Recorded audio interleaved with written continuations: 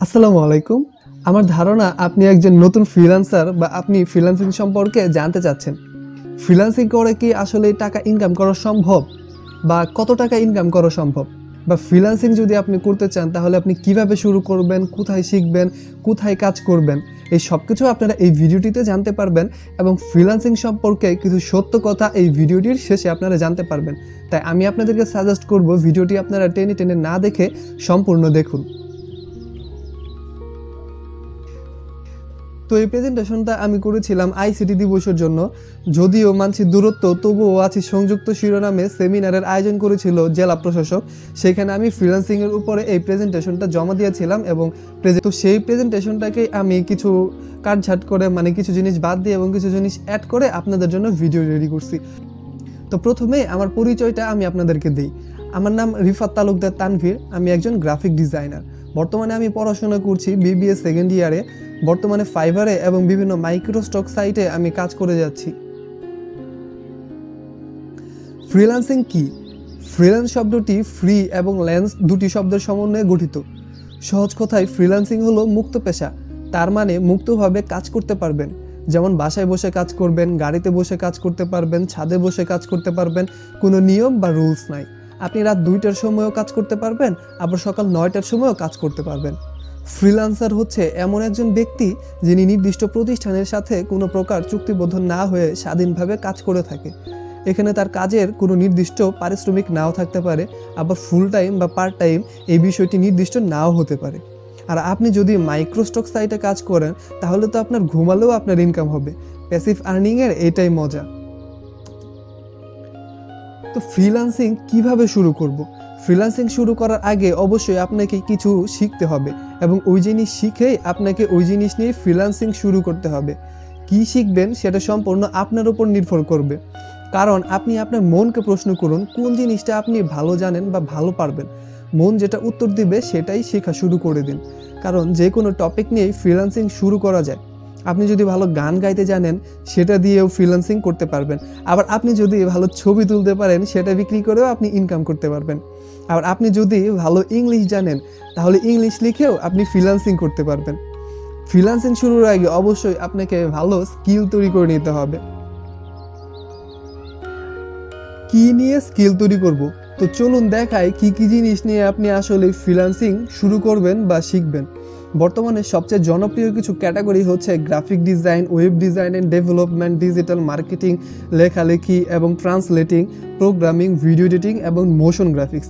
এছাড়াও আরও অনেক ক্যাটাগরি রয়েছে এবং প্রত্যেকটা ক্যাটাগরির অনেকগুলো সাব ক্যাটাগরি রয়েছে। তো এখন ক্যাটাগরি তো অনেক দেখলেন, এখন আপনাদের মনে একটাই প্রশ্ন যে তাহলে আমি কি শিখবো বা কোনটা আমার জন্য ভালো হবে? দেখুন, এখানে শত শত বিভাগ দেখালাম, সবগুলোরই কিন্তু কাজ আছে। যে যেখানে পছন্দ করবে সে সেখানেই কাজ করবে। আমার হয়তো মার্কেটিং পছন্দ, আরেকজনের গ্রাফিক ডিজাইন, আরেকজনের ওয়েব ডেভেলপমেন্ট পছন্দ। সুতরাং কারো পছন্দের সাথে কারো পছন্দ মিলবে না। কি শিখবেন সেটা সম্পূর্ণ আপনার উপর নির্ভর করবে। আপনি আবার আপনার মনকে প্রশ্ন করুন, মন যেটা বলবে সেটাই শেখা শুরু করুন। আপনি যখন ঠিক করে ফেলছেন যে আপনি কি শিখবেন, তারপর কিন্তু আপনার মনে একটাই প্রশ্ন ঘুরপাক খাবে যে কিভাবে শিখব। এখন ডিজিটাল দুনিয়া, আপনি চাইলে ঘরে বসেই যে কোনো কিছু শিখতে পারেন। সুতরাং শেখার জন্য গুগল এবং ইউটিউব ব্যবহার করুন। আপনি গুগল অথবা ইউটিউবে গিয়ে যদি সার্চ করেন how to learn graphic design, তাহলে কিন্তু আপনি হাজার হাজার রিসোর্স পেয়ে যাবেন। আপনি কিন্তু সেগুলোর মাধ্যমেই যে কোনো কিছু শিখতে পারেন। আপনি কিন্তু এভাবেই ঘরে বসে যে কোনো কিছু শিখতে পারেন। আপনি যদি গুগল অথবা ইউটিউব দেখে শিখতে না পারেন তাহলে আমি আপনাকে সাজেস্ট করবো আপনি ভালো একটা ইনস্টিটিউটে ভর্তি হয়ে যান এবং সেখানে ভালো একটা কোর্স করুন। আপনি যখন কোনো জিনিস ভালো করে শিখছেন এবং আপনার যথেষ্ট স্কিল হয়েছে, তারপর কিন্তু আপনার মনে একটা প্রশ্ন ঘুরপাক খাবে যে আপনি কোথায় কাজ করবেন। দেখুন, ফ্রিল্যান্সিংয়ের জন্য অনেক জনপ্রিয় মার্কেট আছে। একটি মার্কেটের সিস্টেম এক এক রকম। টপ কিছু মার্কেট প্লেসের কথা যদি আমি আপনাকে বলি, সেখানে আছে Fiverr, Upwork, freelancer, People Per Hour. এছাড়াও আরও অনেক মার্কেট প্লেস আছে, আপনারা সেগুলো গুগল করে জানতে পারবেন। এইখানে যে আমি 4টা মার্কেট প্লেসের কথা বললাম, এইগুলোতে কিন্তু আপনি ক্লায়েন্ট বেস কাজ করতে পারবেন। তারপর ডান সাইডে দেখেন এখানে আরও 4টা ওয়েবসাইটের নাম লেখা আছে, যেটা হচ্ছে graphic river, Freepik, Shutterstock, Adobe stock. এগুলো হচ্ছে মাইক্রোস্টক সাইট। মাইক্রোস্টক সাইটের কাজ করার কিন্তু মজা আছে। আপনি যদি এইখানে ভালো কাজ করতে পারেন এবং আপনার অনেক রিসোর্স আপলোড করতে পারেন, 3 মাস 4 মাস 6 মাস বা 1 বছর আপলোড করছেন, শুরুর দিকে কম আর্নিং হইতেছে, কিন্তু আপনার যখন ভালো কোয়ালিটিফুল রিসোর্স হয়ে যাইতেছে তারপর কিন্তু আপনার আর্নিং অনেক বেশি হইতেছে এবং দেখা যাচ্ছে কি আপনি শুয়ে থাকেন, আপনি ঘুমিয়ে থাকেন বা আপনি ঘুরতে যান, তারপরেও কিন্তু আপনার ইনকাম হচ্ছে। মানে এক কথায় যে আপনি ঘুমালেও আপনার ইনকাম হচ্ছে। তারপর যদি আপনি কাজ করা বাদ দিয়ে আপনি অন্য কোনো চাকরি বাকরিতেও চলে যান, তারপরেও কিন্তু এখান থেকে আপনার ভালো একটা আর্নিং আসবে। এখন আমি আপনাদেরকে ফ্রিল্যান্সিং এর কিছু সুবিধার কথা বলবো। একজন ফ্রিল্যান্সার নিজেই তার পছন্দের কাজ বেছে নেয়, এক্ষেত্রে কেউ তাকে জোর করে কোনো কাজ চাপিয়ে দিতে পারে না। 2, আপনি কত পারিশ্রমিক মূল্যে কাজ করবেন এটা অনেক সময় আপনি নিজে নির্ধারণ করে থাকেন। 3, আপনি ফ্রিল্যান্সিং যে কোনো সময় শুরু করতে পারেন, এর জন্য খুব বেশি কোনো পূর্ব প্রস্তুতি দরকার পড়ে না। 4, শুধুমাত্র আপনি কোনো একটি নির্দিষ্ট বিষয়ে দক্ষ হলেই ওইটা নিয়ে আপনি কাজ শুরু করতে পারবেন। 5, একজন ফ্রিল্যান্সার কোন ব্যক্তি বা প্রতিষ্ঠানের সাথে কাজ করবে এটি সে নিজেই নির্ধারণ করতে সক্ষম, এক্ষেত্রে তার পূর্ণ ইচ্ছার স্বাধীনতা রয়েছে। 6, আপনি একজন ফ্রিল্যান্সার হলে আপনি নিজেই নিজের কাজের সময় নির্ধারণ করতে পারবেন, এখানে কাজের সময় নির্ধারণের স্বাধীনতা রয়েছে। এক কথায় একজন ফ্রিল্যান্সার নিজেই তার কাজের ছক অঙ্কন করে এবং নিজেই সেটি পরিচালনা করে থাকে।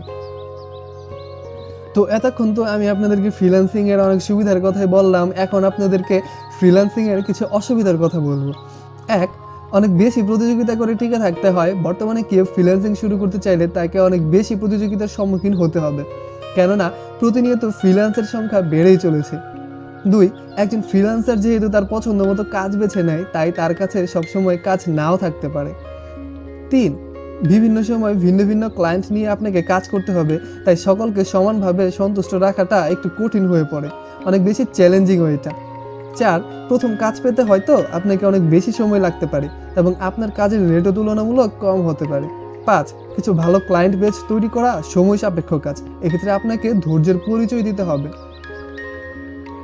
শেষ কিছু কথা, আপনাদের সবার মনে হয়তো একটা প্রশ্ন জাগছে যে ফ্রিল্যান্সিং করে তাহলে আমি মাসে কেমন টাকা ইনকাম করতে পারবো।